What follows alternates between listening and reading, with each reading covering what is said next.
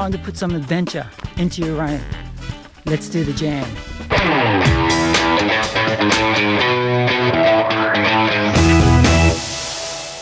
Hey guys, great to be... I'm going to do that. Oh, you're going to do that today? I'm going to do that. Okay, sorry. Yeah, sorry, Sandy. I'll let you do that today. So I'm turning the tables on Condi because if anyone asks me about my running, it's still not quite happening. So how's your running going, Condi? My running is going slowly. Yeah. I'm slowly moving back into the running. You know, obviously we've had COVID early this year, and the recovery for both of us has been slightly different. I think I've sort of gotten over all those sort of... The man flu part of it? Oh, baby, no. It wasn't like the flu back in 2019 when I was out for 3 months. That was the great flu of 2018, which took you out for 3 weeks. Exactly, 3 months, people, 3 months. But I'm getting back into it, yes, and it's really nice to get back on your feet and start turning the feet over slowly, like I've been doing. But yeah, it's exciting to be back into it, isn't it? Well, it was good to see you doing hills with Kerry on Thursday. Yeah. That was great. Yeah, well, I was walking up. Kerry was very proud of you. Yeah. I did it once. She was proud of you. Yeah. Okay, on to today. So today we'd like to welcome, and we've just found out he's a doctor, Dr. Liam St Pierre. Yeah, I just better warn you, not one of those doctors that can save your life. Yeah, so not one I needed during COVID. If you need some genes cloned, I can help with that. But, yeah. Wow, that could save your life. That sounds even more impressive. So Liam is the director of the Raid Adventure series. You've been organising adventure races for 12 years now. You've been racing for a really long time. You had a huge list of accolades. Yeah. And you've done anywhere from 80 minutes to 8 days of racing. That's right. Yeah, it sounds impressive, doesn't it? Well, I think it is impressive. Yeah. Well, in the end, it's really just bashing around in the bush looking for some checkpoint flags, but a lot of fun. Yeah. Well, there's probably some people listening today who haven't experienced these sort of races at all, and maybe don't even understand what a rogue race is. So that would be a good thing for us to discuss. But first of all, let's just talk about when you started running. Like, how did you come into the running life? It's funny. I don't really think of myself as a runner, even though I run 3 or 4 days a week. Running's sort of just a byproduct of adventure racing. Okay. So I mostly just run trails. I did my first adventure race in 2006, so 16 years ago now. I was 26 at that time, and when I look back, that's actually pretty young for an adventure racer. Okay. Yeah. 40 now, and I'd be about the average age of your typical adventure racer. So, yeah, didn't have a running background at all as a kid. I played a lot of competitive basketball, but, sort of forced to run it every now and then just to be able to get through these events. Yeah. So was it that you saw an adventure race and thought, I'd love to do that, I'll start training for that? Yeah, someone had mentioned it. I owned a kayak and used to do a little bit of paddling. I liked the idea of riding, but the idea of road cycling was intimidating. So when I heard, this is paddling, it's mountain biking, anyone can run. I had a mate tell us about this short event up at the sunny coast. Did that race, got horribly lost on the way to the first checkpoint.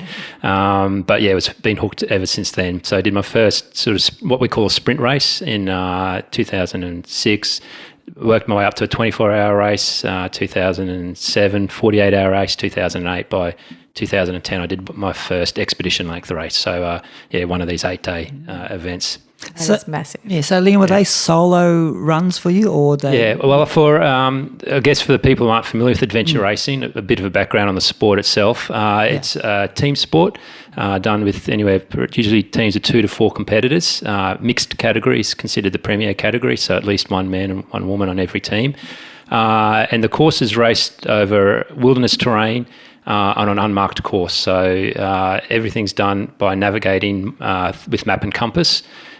Typically, you wouldn't find out the course until the day of or maybe the night before an event. And you'll go through a series of stages. So it'll be multiple disciplines. The 3 main disciplines are mountain biking, kayaking and running. But there can be a whole bunch of sort of any sort of wilderness disciplines involved. So whitewater rafting, ropes ascending, ropes descending, caving. Wow. Okay. But you know that before you sign up to a race. Sometimes you do, sometimes you don't. Sometimes you'll find out, okay, guys, you're going to be going through a cave on stage 6 for this event. So it can, it's well suited to people who love the sort of the outdoor stuff, the adventure stuff. it's not the sort of thing where okay, we're going to be doing a triathlon where I do a 10K run and certain like swim. You sort of just need to be prepared for anything. And you would have to have some skill, because when you're saying like with the ropes, I'm thinking I've never done that. So if I rocked up for a race and suddenly had to usually, abseil. a lot of the more technical elements like that, say for a ropes course, they often have it set up so that the safety elements are there that you could step in for the first time and do your first abseil during an event. Whitewater stuff, usually they'll keep the technical nature of the river up to about grade 2. So as long as you can keep the boat upright and point in the right direction, you're going to basically get down the river. Not to say that by expanding your skill set that you're going to do better and better at these sort of races. Yeah. So you're saying that you've been organising these raids for the last 12 years? Yeah, so I guess running them as commercial events since 2008, so 4 going on 5 years now. A little bit of a background. Associated with adventure racing is another sport called row gaining. It's, again, a map and compass navigational event involving teams of 2 to 5 competitors. Where they differ is that traditionally an adventure race is a linear event. So you would, stage 1 might be kayak to checkpoints 1, 2, 3, and then transition to run to checkpoints 4, 5, 6, and then back to the kayak and then the bike, and it's a linear course that you're going through. Row gains differ in that instead of being a set course and distance, they're a set amount of time, and you're trying to navigate to collect as many checkpoints as you can in a set time. So you can jump around checkpoints. That's right. You basically pick, it's an open book, and you set your own route. Typically the events go anywhere from an hour up to 24 hours, which was the origin of the sport. Not only are you collecting as many checkpoints as you can, but each checkpoint has its own score value. So checkpoint at the top of the hill might be worth 100 points. This one nice and close to the start might be worth 10 points. So in the linear race, you still have to be skilled at reading the map and being able to work out how to get there. But in these races that you're planning, you have to do that, but you can also pull in a lot more strategy, thinking, well, if we skip that one to get that one. And absolutely. And the strategies are the big appeal for a lot of these events. So a lot of adventure racers would use row gaining as a way of training their map and compass navigational skills. But there's a lot of crossover, obviously, between the two sports. So back in 2008, I started organising row gains on a voluntary basis for the Queensland Row Gain Association. Just a couple of foot fence originally, and then in 2010 organised what was the first Rogue Raid. So it's a adventure race in that it's mountain biking, kayaking, and hiking, but it's a row gain format. So every stage is its own individual row gain. So you know, stage 1 might be a trek, and to get from the start to the first transition area might be 3Ks if you go the shortest way, or you could do 20Ks by picking up all the checkpoints, and then you'd get onto the river and do a paddle row gain, and then onto a mountain bike. So it's a sort of a weird crossover between adventure racing and row gaining. Not many of these events are sort of around. This is sort of the first real one to do this. I ran those on a voluntary basis right through to 2018. About 8 years, and just got to the point where the events grew and grew. Our 24-hour Rogue Raid was probably the biggest attended 24-hour adventure race in the country. And it got to the point where I was consuming so much of my time. It sort of got a bit silly. I thought, okay, we need to sort of start running these as commercial events. There's also an opportunity came up at that time to join the Adventure One National Series. So our premier event, the Rogue Raid, is one of the qualifying members for the National Adventure Racing Series, Adventure One. So that sort of all fell into place at the same time, and I've been running these events commercially now for about 4 or 5 years. Along with the Rogue Raid, which is a 24-hour event, we have collaborators who run a 12-hour event, the Mojo Raid. We've got a 6-hour event called the Wildfire Raid, and even the little 3-hour Urban Rogue event that we put on every year. So there's definitely a pathway to building up. Yeah. Because I feel like people hear about adventure racing and think there's just crazy, like that's just impossible. And I used to be that person originally as well. Like I first heard about this little sprint race and I did it. And I remember being at one of these early sprint races and they had a slideshow up of people racing this big expedition race in Australia. And I thought, God, these elite, how could you ever do anything like that? And, within 3 or 4 years, that was myself. Bitten by the bug pretty hard, obviously. But it's they are very achievable in that it's not necessarily the best athlete on the line that does well, and I'm a good example of that. Like I said, I've never really considered myself to be a runner. It's just something that I do as a side thing of it gets you to the end of the race. Yeah, right. Yeah. So, and I know on any starting line, if you look at and we quite often can run into the top 5 teams in Australia. I look around at every one of those athletes and I think, well, they're just much better athletes than me. Even my teammates are much better athletes than me. But just through a bit of grit, knowing yourself really well, good navigation and good strategy, you can do quite well in these events. Yeah. The great thing with the Rogaine format as well is that because essentially every checkpoint out there is optional, it's almost impossible not to be able to finish a leg. You've just got to get to the next transition area. Even if you only grab one checkpoint and the elite teams are doing 20, that's fine. They're very achievable. If you need to stop and sit down for an hour or two in the middle of the night, grab some sleep, that's also fine as well. Yeah. You can work to your strengths. If you're a good paddler, spend more time on the water. If you're a good biker, spend more time there. So I think that's what some of the big appeal about these events are. Yeah. It removes the do not finish or did not finish, doesn't absolutely. it? So, yeah, that's right. I mean, not to say you can't roll an ankle or snap a bike frame, or things can still go wrong where you might need to get picked up from the course. But yeah, there's definitely you don't see the attrition rates that you would see in a linear adventure race as well. So how does that process work then, Liam, when, like you say, if something happens and you twist an ankle or something, you get picked up in the course, what does that mean? Well, does someone come and get you? Yeah, I'm I guess assuming. There's two sides of that. There's what happens with the team. To get a ranked finish, the whole team must finish together. Right, okay. So it is a team sport, anywhere between 2 to 4 competitors together. So you've got to get everyone over the line. So if it's a minor thing where someone's gone out too hard, cooked themselves, nauseous, vomiting, it's okay, we'll carry your pack for you. Well, literally they use tow ropes as well. So, hook them up to a tow rope just to keep them together and help them up a hill or give them a little push. So you've got that support of a team around you. From an organiser's point of view, it depends on the length of the race. For anything over 24 hours, teams will be carrying a tracker. So we'll be able to monitor them via a GPS tracking system. For this long expedition length races we organise, because we do up to 100-hour rogue events, they'll have an emergency SOS button. So, they're in the middle of a creek, bone sticking out of their arm. Not that this has ever happened. Exactly. Worst case scenario where they're right. not getting themselves out. Hit that SOS button. Or just dial 000 because I'll have a phone and we can get ambulance in. Worst case, helicopters coming through like that. So we've been very blessed as a race organiser. I think the worst injury we've had is a set of kidney stones out on the course. Just bad timing. Terrible timing. We had our emergency support service guy was an emergency doctor and he recognised the symptoms straight away. And we were able to get in hospital and they were subsequently fine and a lot of pain. But we've never had sort of a major incident. But obviously we have all the protocols in place to hopefully deal with it if required. So, And so how did you find that transition? Because your list of races that you've done is enormous. Yeah. And I did notice that in the later years it's a few less events, which is obviously to do with the pressure of race directing. Yeah. So how have you found that? It's it's funny. There's, I guess, 2 contributing things. You nailed on the head. Organising races.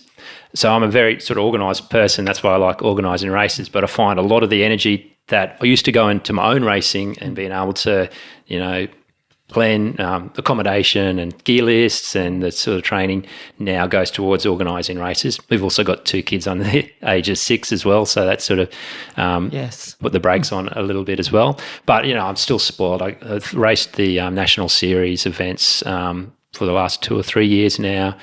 I used to love getting into one expedition race a year. That's probably dialed back to now every 2 years. Mind you, COVID hasn't helped as well, but we got to an expedition race last year and while not this year, maybe next year as well. So, and as I get a little bit older, I'm sort of being a bit more picky and choosy about the races I do. I love to go explore new areas and really wild courses that really test your skills. So if I could have just the most remote wild race that I could get to and that was the one race I'd do a year, I'd pick that over doing, a bunch of smaller local things as well. So. I suppose that's one of the things as you mature and you're running too. You do get a lot pickier about what you're prepared to, absolutely.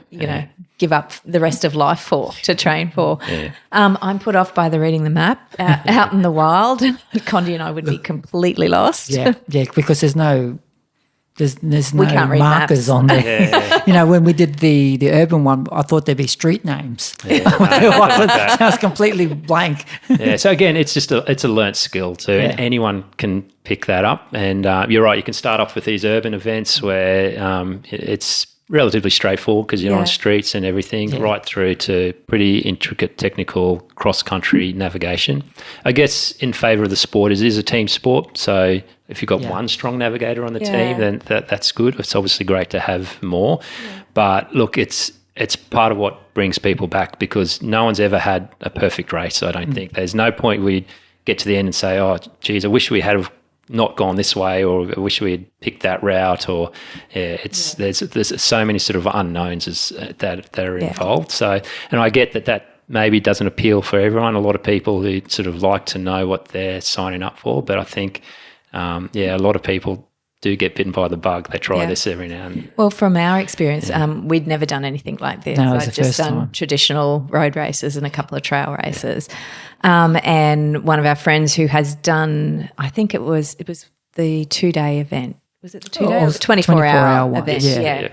That Fee had done. So she said, oh, look, the urban raid's coming up. So a whole stack of us signed up for it. And we just thought, this is going to be fun. And I think there's a lot of people out there listening to the podcast who probably know nothing about this sport.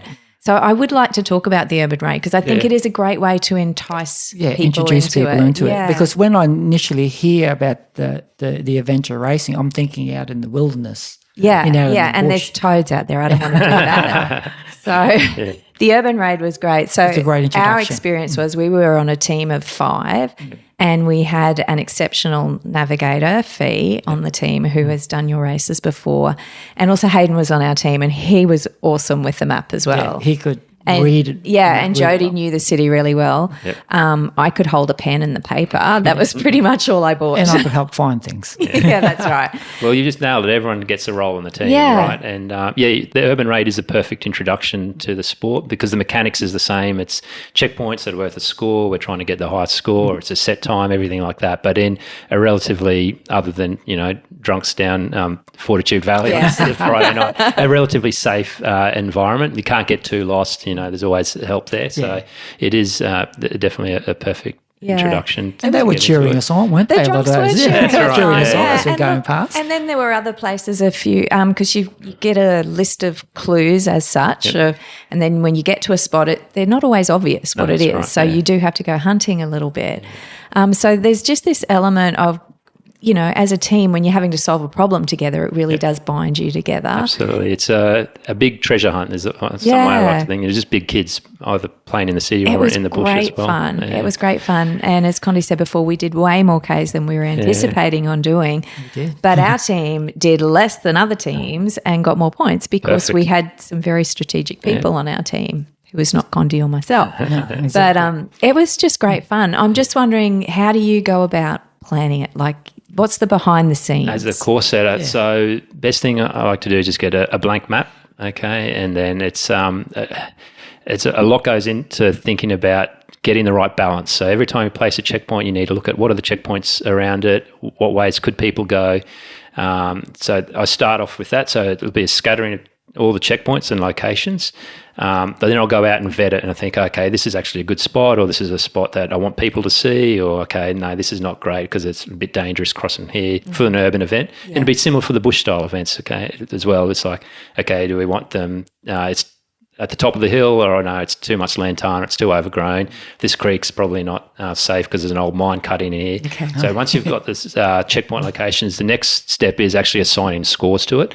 And that's the real art to course setting a row gain, is determining what the score values are, because that'll play a big part in determining which way teams will want to go, which checkpoints to go for. So it's a lot of fun as well. Yeah. That's actually the fun part of it. For our experience, we all set off the very hilly part at the beginning. That was just crazy hills at the beginning. Around Paddington. Was it Paddington? Yeah, I don't know. Well, that might something not be around the there. worst idea in that you get them over and Yeah, done. well, Yeah. that was our thinking. Let's knock them over there. And at one point I found down along the wharves, Yes. there were so many lost teams down there because you had the checkpoint up the very top and everybody's down the bottom looking. yes, so that's right. that was there were Very like clever. teams doing teamwork with each other at that point. So yeah. that was exciting. And the team element as a competitor is the best thing. I've done some 100K or a couple of 100K runs before and solo. It's great and it's a good achievement. But the 100K run I did in Oxfam with the team before, I said, okay, this is actually a lot more fun having people around to enjoy the suffering and help you get out of the trouble as well. So and the ride of emotions. Not that we had, that on a 3-hour event, but I can imagine on those longer ones, you'd have some people plummeting and feeling low and others needing to pull them up. So a big element for the longer stuff is element of sleep deprivation that's involved as well. So once the clock starts on these races, it typically doesn't stop until you cross that finish line. And if you're sleeping, then you're not moving forward. For I've done a 5-night, 6-day race where didn't sleep the first night and took 2 hours every night, then an hour and a half. So basically 7.5 hours sleep over 5 nights. Oh my goodness. And with that comes a lot of challenges emotionally between teammates as well, but also just clear thinking, obviously. And the navigation is a sort of mentally challenging task, especially at night. So, it's getting that balance between the sleep deprivation. So I feel like I'm not selling the sport. No. well, because I'm just thinking, you did, is it the way up between, well, if I give myself 4 hours sleep, I'm going to function a whole lot better the next day? Absolutely. And would you do things differently? Look, with different needs, I think I feel like I've got it dialed pretty good now, depending on the length of the race. The longer the race goes for. So I've done a few races where we're going over 8 nights, and I think you need minimum 3 hours a night. You need to sleep the first night for starters if you're going out for over a week, and you need probably a minimum of at least 3 hours every night, because it's pointless. You're so tired. You're just basically crawling along. You're making bad decisions. Everyone's it's just through the night. It's just horrible. For the shorter stuff, spelling it. The 3 or 4 night stuff, I think you can skip the first night and get through it a little bit more. But keep in mind, not many people these days initially go out and do an 8-day expedition race. Yeah, exactly. That's choice. For the elites. They build up to it, and I certainly had that route. It's interesting. The sport originally started as expedition length racing back in the 80s and 90s. A race called Raid Gaulois. It's a French company, ran races in New Zealand, and then a big event called Eco Challenge, which got a lot of TV coverage and a lot of big money in the sport. And it started with full-length expedition races, and the sprint races grew out of that. But now I think a more sane, typical pathway into the sport is to try a little urban event, try a little sprint event, do I like this, and then work your way up from there. That's really good. Yeah. I think that's a smart move for the industry. Absolutely. Yeah, and that's what we've done. Yeah. Yes. And we might just stick with the urban raid for another year or so. Yeah. So you only do it once a year, do you? Just the once. But there's little events. There's another. So the Queensland Road Going Association runs a little series called Dawn Nav, which is that's right. A little 1 hour event. Yeah.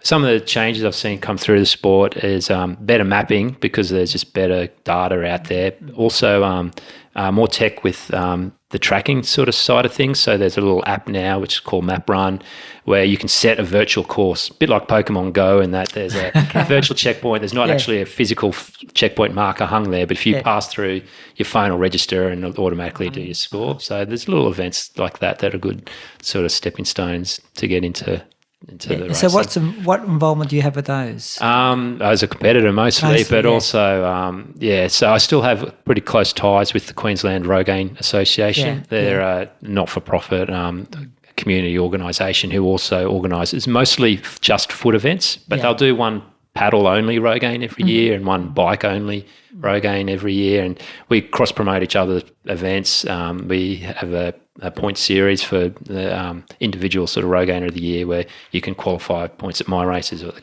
Queensland Rogaine Association. So, very sort of close ties with them as well. And that's what you want, like in the running industry. You just want groups to be supporting each other and promoting each other. Yeah, I mean, the community of people is what basically keeps me coming back every time. Just amazing people. Yeah. So always about the community, isn't it? Exactly. Yeah. So, Liam, what sort of preparation do you think you need to sort of have or do to go into these races as a participant? As a participant, yeah. So say for a first-time participant. Yeah. So my suggestion is to do exactly the path that you guys have started on. We'll keep working on you. Is to try a couple of foot events first. So you've done an urban event. Try a foot Rogaine, because they're a lot less gear intensive. You'll obviously have a set of running shoes. The main thing you'll need is basically a compass, and even if you don't have one of those, we can sort you out. Make sure you've got But do you have classes on how to use the compass and read a map that's only got contour lines on it? Because that was insane. So the Rogaine Association do run a training day every year. Actually, there's one coming up pretty soon, I think. Okay, spoke too soon. Yeah, no excuses. But honestly, the best way is to get out there and get lost, like literally to make mistakes and learn from them over a shorter event.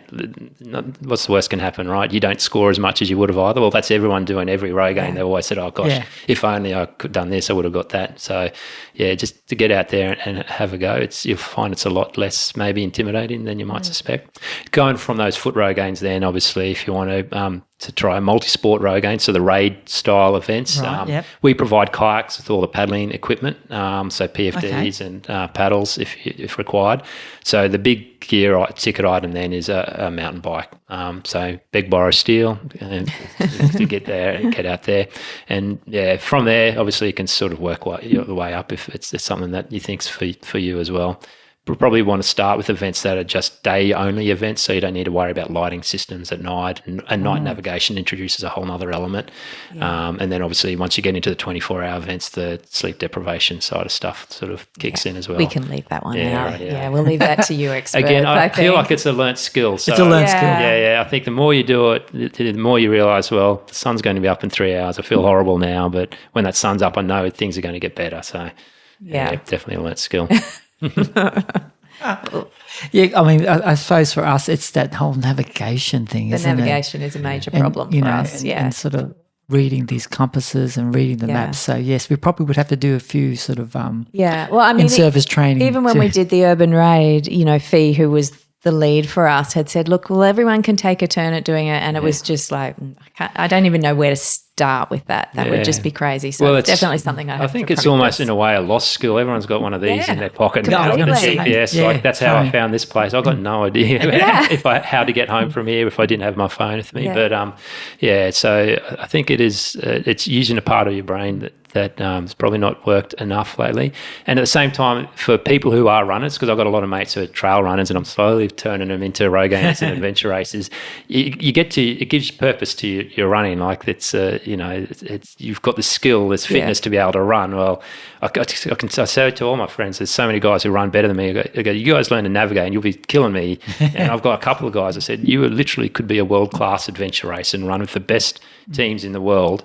If you gave it a dedicated shot. So it's using that fitness for a purpose. Yeah. In regards to teams, do you have set people that are always on your team or do you mix it up? Yeah, a little bit of both. So with the National Series, I've been very lucky to race with a set team.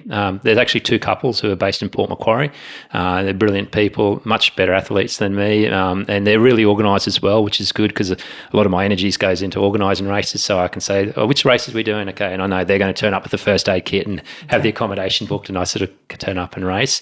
Locally, I like to sort of mix it up between friends as well. So, I'm at the point now where I'm only really sort of interested in racing with friends. Early on, you mix it up with new people just because you want to try a race and no one wants to go, but you still want to do it. So you race with strangers. But now I'm a little bit more picky and choose here and sort of just race with key friends. So. Yeah, it's pretty lucky that I do get to go out. I probably knock out maybe 3 or 4 or 5 24 to 48 hour races a year and a bunch of sprints stuff as well. Yeah, so that's still quite a lot considering the amount of effort you're putting into organising. Yeah, I guess with a traditional runner, I don't know what the recovery time from, say, a marathon is, but I would run a marathon on the weekend as sort of training for this longer stuff, but we're not running at sub 2:30 pace. Knocking out on the trails for 4 or 5 hours. And I'm imagining, Fee had said to me that a lot of the foot part of these is often walking and trekking. Absolutely. You're not really running as such. Calling it running is it's probably been a bit generous to it because a lot of it is, depending on the event, is off trail as well. So it's just not runnable. You're going to snap an ankle within 5 metres. So a lot of trekking. You're going to have a pack too because you need food for 16 hours and water and your tracker and your mandatory jacket and so you do have a little bit of weight on the back. So it's but running is always good fitness. If you only got an hour in the morning, you may as well run hills or something. Exactly. But, exactly. That'll track you. A lot of it is off trail stuff. So So how do you prepare then? Obviously, you know, we talked about you've got 2 kids as well, and, you know, that they take up a lot of time. Organising all these races take up a lot of time. How do you fit your own training, Liam, into everything? It's a lot of early mornings, I guess. I commute on bike. I always try if get out for an hour or two's ride on a ride day and then finish my ride at work. Run trails. I like to use shorter races to build up for the big ones, and that's how I periodise it. Usually it's adventure racing is a winter sport. It's just too hot to be racing in Queensland in summer, so we'll have a big block sort of from May onwards right through to October where the main races are. And then mostly the longer stuff is just adventures. So, you know, might head out somewhere and ride bikes up to Mount Nebo, drop it, go for a hike down into from Northbrook Gorge, from Mount Glorious, ride mountain bikes back. So it's mostly about incorporating sort of adventure and exploring into your training as well. Yeah. And what about your wife? Is she involved? We know that she's a sleep therapist. Is that right? Sleep researcher. Sleep researcher. Yeah. So she's a developmental psychology researcher who does a lot of work into sleep practices and childcare centres as well. So quite interestingly, her when she was doing her PhD, her supervisor is obviously a sleep expert, heard about the sport that I do, and he got quite fascinated. And we actually were involved in a couple of little studies that they were doing. So, actigraphs, which measure activity and sleep patterns. So we did a couple of expedition races where we collected the sleep data for the researchers, and then they've had a few little papers come out of that. That would be interesting. My wife's not a racer, so she's usually still asleep in bed by the time I get back along with the kids. So it's funny because I do know a lot of couples who do race, and it's a different juggle. Obviously, they don't need to be able to justify the training. It's more about trying to fit around each other. So I think they actually have it a little bit harder. I'm a little bit spoiled. Well, especially when there's young kids at home. Yeah, that's right. Yeah, once they're grown up. Yeah, well, we're slowly getting there, right? So I just had to do the last sort of school signing this morning with my little girl. So from next term, she's just going to be able to drop her off at the gate and shoo her off an extra hour earlier. So a little bit freedom. I can feel this freedom coming back slowly. Yeah. It's always a good thing. Wait till they move out of home. That's really nice. Exactly. So what's coming up now? You say the season is starting to... So in terms of Raid Adventures, we've basically got our biggest event coming up in a month's time. Okay. So typically we'll run a 24-hour adventure race every year called the Rogue Raid, but for the second time ever we're running this 100-hour adventure race called the Raid 100. And it's exactly that. It's a Rogaine format adventure race. The clock starts and the teams race for 4 days and 4 hours. And that's all sort of hosted out through the Grafton area of Northern Clarence Valley. Clarence Valley Council have kindly sponsored that event. I can give a little bit away in the course that our race headquarters at Grafton, but the race starts in Yamba and covers also that coastal region and then heads inland to the hills, also to through the Namboida. Really fantastic part of the world, some beautiful, stunning whitewater rivers, proper wilderness, peaks that get up to 1,200 metres, granite country, swamplands, beaches, coves, everything in there. So it's a real proper adventure. Yeah, it's going to be... I'm pretty excited for the competitors on this course. I've been organising races for 12 years, and I think this is probably the most adventurous and, say, technically challenging course that we're going to have. And how many competitors? So we're looking at about 140 at the moment. We've had a few withdrawals in the last couple of weeks. That's just nature of the sport, a few injuries and not being able to make it. But 140. I think that's spread over 50 teams. So there's an option of racing either as a team of 4 in the Premier Mixed category. So as I said, mixed categories is the Premier category for the National Series. And then there's also pairs options, so men's, women's or mixed pairs as well. So with this 100 hours that they're out there, are they carrying little tents to sleep in, or they just sleep out under the stars? Not. Yeah, it's I have done races where... Can you tell I don't camp or anything like that? There are races where sometimes you have to carry a tent. It's mandatory equipment. I've raced in Alaska and in New Zealand, and they'll often make you carry just a ultralight, 1.1 kilogram tent for the 4 of you. My race, it's not required. Mandatory gear, it's limited to Gore-Tex jacket, thermal top, headlamp, and that sort of stuff, and first aid kit. But then obviously there's an expectation you need to be self-reliant. So if I was doing this race, I would probably actually have the sort of minimal mandatory equipment with me, and then only when I knew I was going to be stopping at a location to sleep would I have, say, a sleeping bag, depending on the weather, maybe something to keep dry under as well. Ideally, you'd try to sleep in a transition area. So between every stage. That's what I was wondering. Yeah. So we call it transition areas. Yeah, transition. So between every stage, there's a transition area where you'll have access to a gearbox which you pre-pack before the race. Right. And my job as an organizer is to make sure your gearboxes turn up at the transition area That's when you're there. That's a lot of pressure. Yeah, there's a lot of work as well. But we've got a good team that helps with that role and a good logistics plan in place where it hopefully shouldn't. It's hard to get wrong. That they should be your gearbox as well and truly in advance. So, the race might start with a mountain bike and then you'll come to edge of a river and then you'll have a transition area. So there'll be a big box there to put your bike into, another gearbox which will have your food, batteries, dry clothes, trekking shoes, and then a bag with all your paddles, PFDs and stuff in. And you'll transition from bike to paddle and you head off downriver. We get all that gear and move it around to transition areas later when you're going to see your bike next. And it's certainly a skill in itself, transitions. A lot of time can be lost in transition areas because they're usually a zone of comfort. There's a fire and friendly faces. And, it's been interesting as an organiser from the outside looking in. I've learnt a lot as a competitor about what works well. You see what the good teams do well and what the less efficient teams are doing in transition areas. So that's been a really good insight. So what does a good team do? They're not frantic. They're very methodical about what they do. They communicate really well with each other, but everyone knows what they need to get done and just go about doing it. And if something comes out, it's not it's screaming around. I've lost my Allen key. Has anyone got something so I can take my seat post off or something like that? So, and it's basically just an experience thing. They have a set routine of what they do in the transition area. Okay, I'm going to get dry clothes on. I'm going to get my food ready, and I'm going to start dismantling my bikes while I eat, sort of stuff. And they move on there.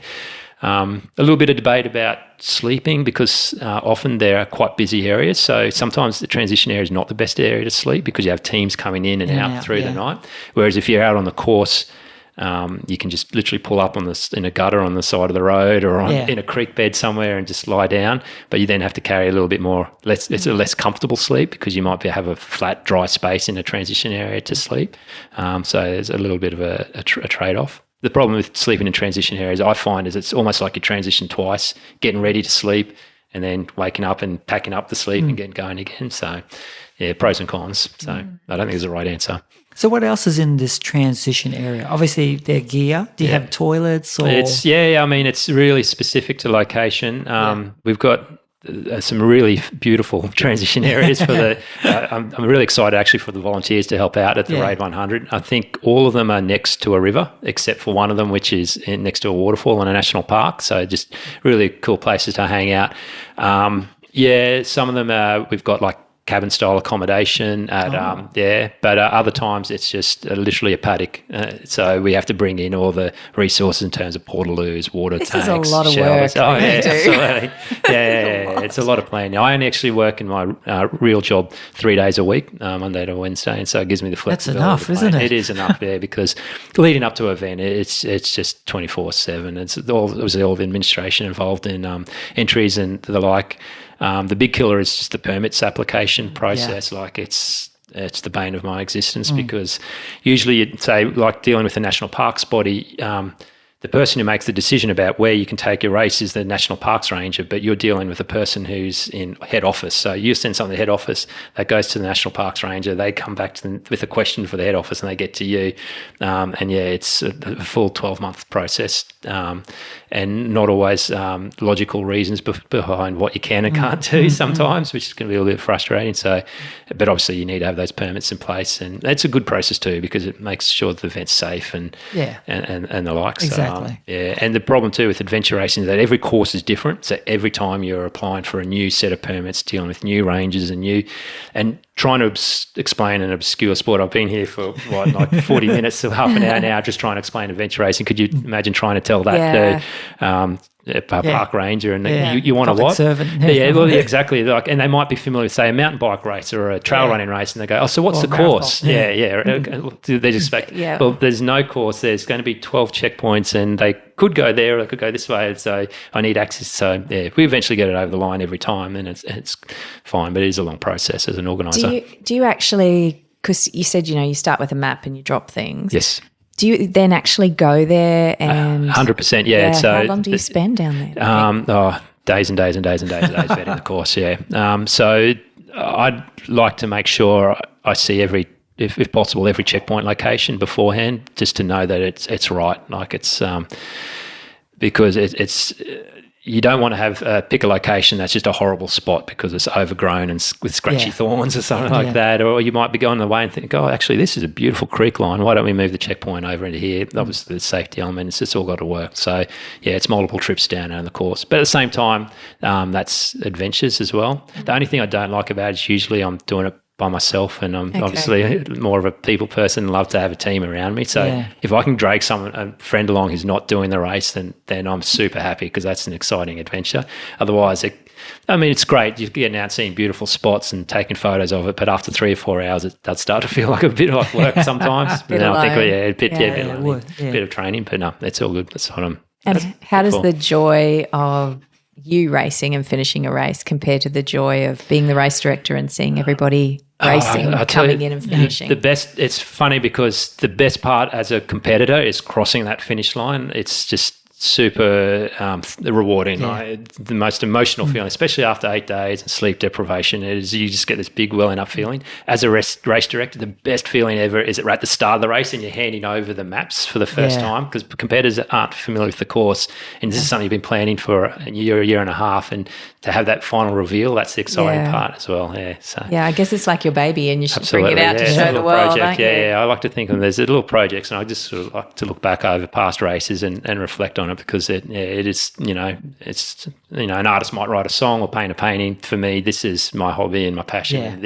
Each one of these is a piece of work that I like to develop. That you've obviously put many, many hours into. Can be sometimes, lots of time. Because each race will be different from year to year, wouldn't Absolutely, it? And even if we go back to the same location, which we haven't done often, but each course will be different, different order of disciplines, different placement of checkpoints. You try to always mix it up a little bit. So when we come to do the Urban Raid again in December this year, even though our starting and finishing point is going to be at Suncorp Stadium. Yes, that's right, we are going to be doing some different places and different little challenges. Actually, I got a little mix up. It's been 9 years now that I've run that Urban Raid. Maybe it's the 9th, it might even be the 10th year this year. And I'm just going to mix up the map a little bit without giving too much away. But people who've done quite a few of them might get a little bit surprised at what's happening with the different areas. So you're already clicking over 100%. with that one. Absolutely. Yeah, definitely. When the mics are off, we're asking more questions. Right. Yeah, we'll pull out the map. Go there. Yeah. We could win it this year, babe. Absolutely. So you're obviously, like I said, been organising that 100-hour road gang race. What other races have you got in store for the community? So the Raid 100 in the start of May with the Clarence Valley Council. We then got approached by the Scenic Rim Regional Council, who've got a new, and I should double check on this, it's called the Escape to the Scenic Rim Outdoor Festival. So the whole month of May, they've got a bunch of outdoor events running. And they approached me to run an adventure race. They actually wanted it the week of the Raid 100 at the start of May, but they will be running one at the end of May. That's called the Escape Raid. It's actually probably a perfect little introduction because it's a little bit different in that instead of being a multi-discipline race where you'll go from kayak to foot to bike again, we've actually broken up the 3 disciplines into 3 separate races, and you can do one of them or you can do all 3 or 1 or 2 of them if you like. So it'll kick off with a Saturday afternoon with either a 3 or a 6 hour foot Rogaine in the bush on a private winery property out near Wyaralong Dam. Camping, catering overnight, real sort of social vibe, and then wake up the next morning, we'll put on breakfast for you, start with a 3-hour kayak Rogaine event. We'll do lunch and then a 3-hour mountain bike event in the afternoon. So it's part of the Scenic Rim Festival. Sounds amazing. Yeah, it's called the Escape Raid. Yeah, it's a slightly different concept. I haven't seen this sort of thing for a while. Obviously, the Rogaine Association will do one event, but to have all 3 there and in the one location and the camping, and I'm hoping to make it a real sort of family-friendly event. Obviously, if you're a super ultra competitor, you can go in there and smash the course as well. But yeah, we're hoping to make this a real sort of social one. Yeah. In June, we have our Wildfire Raid, which is our basically the shorter version, either 3 or 6 hour multi-sport event. So just like the events I've described, but over a shorter distance. That's up at Donnybrook, supported by Moreton Bay Regional Council. And then we have another event, which is our Mojo Raid in, I think it's in August. I've had to have a date change recently. And that'll be up, we haven't announced the location. I know where it is. Coming soon. It's not Coming soon. Nearly It's slipped. coming It nearly soon. slipped. Yeah, he's just about to say it then too. That's right, Caught himself there. That's right. So yeah, and again, I think that's a perfect length event. They've got a 3-hour family event on the Sunday if you want, but there's a 6 or a 12-hour option. Yeah. 6 hours, it's a long time. 12 hours, it's if you want to get a taste of night-time racing, but not actually go through the night. Then that's a great stepping stone to some of these longer events. I think that is what is lovely about this, is that people don't have to jump from like the 3 hours straight up to a 24 hour. And the reality is too, if you enter a 12-hour event, there's no rule that says you have to race for 12 hours. You can go out for 2 hours, come back, have some lunch, go out for another 4 hours and call it a day, and you still be a ranked result, right? So is there a coffee van to go back to? I'm sure it'll be a coffee van. Yeah, actually, and that's a good reminder. I need to get my coffee van sorted for the escape event. But yeah, definitely. Liam, how do people get involved now? Yes. What's the process? I guess if you want to give a crack at a Raid Adventures event, I'd say jump onto our website, raidadventures.com. At the same time, a quick Google of Queensland Rogaine Association will bring up a calendar of events.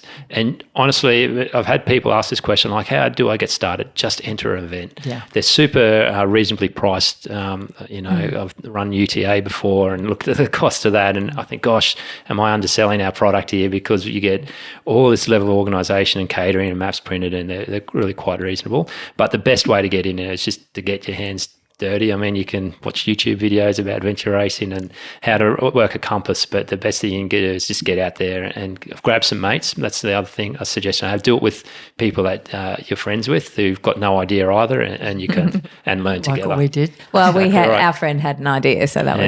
I think that's that was right. helpful. We had no idea. Yeah, maybe this year you might have to split up and. No. I am sticking with Fee. We like our team. We did like our team. We did. I did want to ask you. Obviously, you've had so much racing. Yeah. Can you give us like the highest moment, the most memorable one, and then also the really crappiest moment? What was really hard? Look, we'll say some of the higher events. So I've done a lot of expedition racing, and to me, that is the pinnacle of the sport. And what you're a bit of a Bear Grylls, aren't you? Yeah, you get to some wild places. Yeah, so there's a race over in New Zealand called God Zone. It's, I think, the most highly regarded adventure race in the world. They have just stunning terrain over there. I raced their first 3 editions over 10 years ago now, and then went back in 2018 to do what they're calling the ultimate course. And there's one of those races that took 8 days. I think of the 70 teams, only 21 finished the course. We were lucky. Well, we finished 16th, and it was, over 8 days of racing. It was grueling. That is amazing. Yeah, one stage alone was 75 hours, which is as long as some races, right? Carrying massive packs. 75 hours. Yeah, for one stage. So you had 3 days of food and everything. It was just brutal terrain too. Anyway, so... But to cross that finish line is just, I get goosebumps just thinking about it now. And, I've, like anyone, I've had races that have gone bad. The first time I raced internationally was... We got sponsorship from a website called Sleep Monsters to do a race in Abu Dhabi. Anyone that knows me knows I hate heat. I sweat if I eat pepper. It's like it's not good. And I was carrying a little bit of a niggle into that. There's a 5-day stage race, and I think on the big bike leading into the desert hike, the knee just blew out, and just literally couldn't even bend the knee. So it's just a ride home after that. So I've had those sort of low moments as well. And even within one race, you're going to have up and down moments at any given time. If you're lost, and it's just so gutting when you just don't know where to go to find, and so frustrating. You've been lost? Oh, many times. Okay. It's the only way to learn, right? Is to get lost and work out how to problem solve getting out of there. Yeah. What was the length of time? The longest that you were lost for? It's been that very first God Zone race we did. There's the third stage was this trek leg, and we planned to take 20 to 24 hours. 46 hours later, we came out of there, including a 12-hour period where we covered 2.5 kilometres. It was, Was it like up the side of a mountain? It was coming off the side of a mountain. Actually, it's just horrible dead fallen trees. And every time we try, okay, let's get down in the creek line, would be waterfalls, and let's get out. And then it was just the thing of nightmares. In the end, we had to just pull up stumps and sleep for 2 or 3 hours to clear our heads. And we weren't even trying to find a checkpoint. We just had to get off the top of this mountain down into the valley below. And it's literally the stuff of nightmares at the time. So, yeah, and then obviously you're 12 hours behind your expected times, and it's a pretty low moment for a team. But, very challenging. Yeah. You get through it and you learn from those experiences now, and it's good because you can have a laugh about it later on, like that type 2 fun they call it. Yeah. Bonds you together. That's right. Yeah. It does. So, Liam, what's next for you when it comes to your own racing career? So, good question. We're hoping to compete in the Adventure One National Series again this year. Just trying to think when the next event will be my event, which I can't race, obviously. I've got one in October. And there's also A1 Series Finals going to be in New Zealand this year. It's at the start of December. It's a race called True West, and it's organised by a racer called Nathan Favre, who's considered the godfather of adventure racing, like one of the easily the most well-regarded adventure racer in the world. It's had, I think it's Franz Josef Glacier, Fox Glacier, New Zealand, so basically guaranteed to be the most amazing course you get. So hopefully I can build a team and work towards that at the moment. As I said, a lot of my time in the next month will be towards the Raid 100, but then, I'll be building up from there again too. So there'll be a few little sprint races and road to build up to that point. So, big year ahead. Sounds exciting. Sounds very exciting. Sounds completely overwhelming, but exciting. No. I mean, just the fact of trying to juggle the family, organising all these events and look after your own sort of racing is Yeah, I guess you got to do something in life, right? With work thrown in. Plus, you do work stuff as well. Yeah, that's right. Yeah, but it's fun. Yeah, it's awesome. Yeah, the payoff of building the community is so worth it, isn't it? Absolutely, and that's what keeps me coming back is that there's the cool people with it. We've got a great event. The volunteer team for our events are just amazing, and it's really rewarding and it's great hearing stories like from yourself as well. And I did get to hear the podcast from your friends. That really gave me a kick just to hear sort of how that mid sort of pack team have sort of experienced that course. They loved it. Absolutely loved it. The hiker bike element was pretty brutal. That was actually pretty nasty. So that hiker bike goes over. He admits it now. He admits it. Well, so my excuse, is that you chose to do that in the Rogaine course. Every checkpoint is optional. Yes, that's right. So you chose to go that way. That's that's my excuse. But I know Fee was saying it fine. You felt like you had to do it because that was like the pinnacle of the event. Yeah. So that's that ridgeline is actually used in a trail ultra run, a 100K event, and I'd sort of designed the course incorporating in there. And I thought, actually, it'd be good if we can get the bikes around that way, and we'll just take it over. And I looked at it and I thought, oh God, that's not actually really a trail.